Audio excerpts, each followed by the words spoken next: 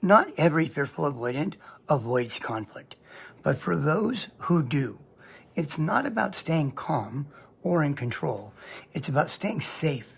Because when you've been conditioned to expect connection to disappear the moment things get hard, even small disagreements can feel like the beginning of the end.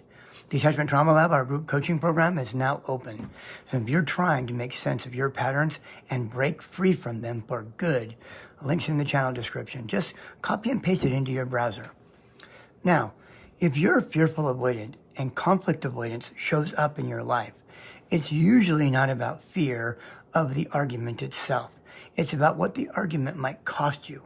Maybe you grew up in a home where disagreements turned into rejection, or a speaking up meant triggering someone else's rage, silence, or complete emotional withdrawal. So you learned to tread carefully. You read the room, you made yourself smaller, and now, even as an adult, the threat of conflict can still hijack your nervous system. And that might look like saying what you think the other person wants to hear, avoiding difficult conversations until it's too late, or walking on eggshells to avoid triggering someone's anger.